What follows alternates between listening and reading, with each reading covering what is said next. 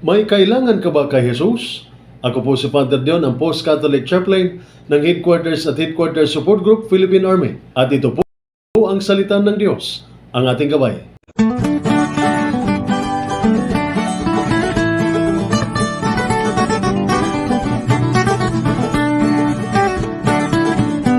Ngayon po ay Wednesday ng unang linggo ng Adbyento at ang mabuting balita ng Panginoon ayon kay San Mateo. Papuri sa iyo, Panginoon. Pag-alis doon, nagbalik si Jesus sa tabi ng lawa ng Galilea. Umakyat siya sa bundok at naupo. Nagdatingan naman ang napakaraming taong may dalang mga pilay, bulag, lumpo, pipi at marami pang iba. Nilagay nila ang mga may sakit sa panan ni Jesus at sila'y pinagaling niya.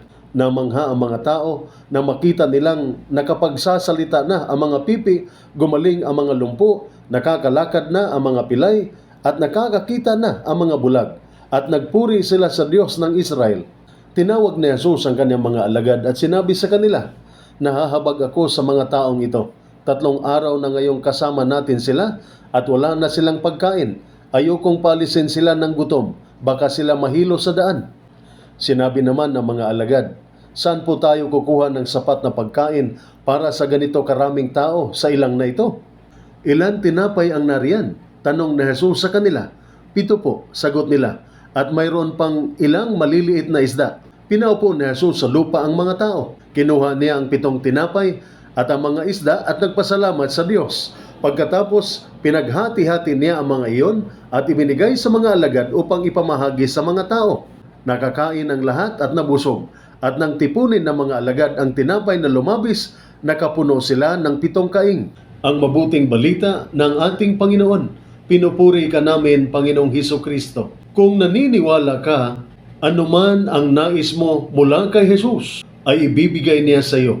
Ang mga taong naghahanap kay Jesus, dala ang kanilang mga may sakit, sa mabuting balita, ay naniniwala. Naggagamutin sila ni Jesus, at nangyari nga ito. Pagkatapos niya silang pagalingin, nakita ni Jesus na silang lahat ay gutom, at pinakain niya silang lahat.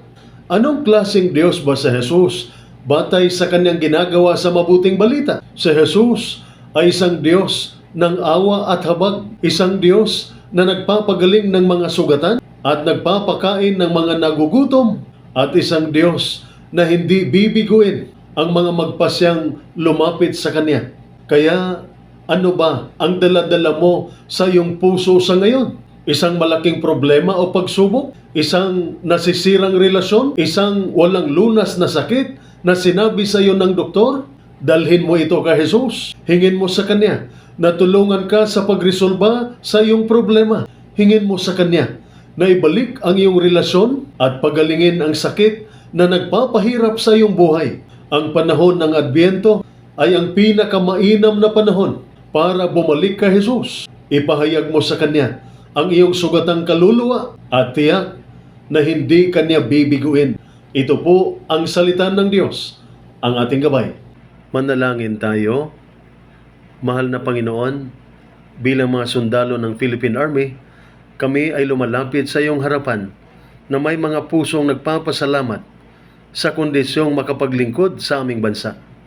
Kung paanong pinakain ni Jesus ang karamihan gamit ang mga tinapay at isda sa mabuting balita sa araw na ito, hinihiling namin ang iyong gabay at lakas upang ganapin ang aming mga tungkulin. Bigyan mo kami ng tapang upang harapin ang mga pagsubok na may matibay na determinasyon at diwa ng pananampalataya. Gabayan mo kami ng iyong karunungan at pangunawa tuwing kami ay gumagawa ng mga desisyon na nakakaapekto sa buhay ng iba. Sa mga panahon ng kahirapan at pagsubok, ipaalala mo sa amin ang iyong sagana sa pag-aalaga, kagaya ng pagparami mo sa mga tinapay at isda.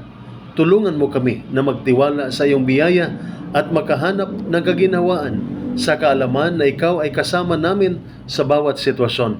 Palakasin mo kami upang maging tanglaw ng pag-asa at malasakit sa mga taong nangangailangan.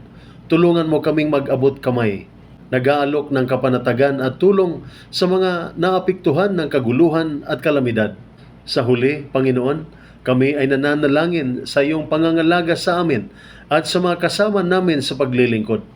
Ingatan mo kami ng iyong banal na kalasag. Protektahan kami mula sa panganib at kapahamakan. Bigyan mo kami ng karunungan upang gampanan ang aming mga tungkulin ng may integridad, dangal at paggalang sa buhay ng tao. Inialay namin ang panalangin ito sa pangalan ni Hesukristo, aming tagapagligtas at manunubos. Amen. At sumainyo at sa inyong pamilya ang pagpapala ng makapangyarihang Diyos, Ama, Anak at Espiritu Santo. Amen.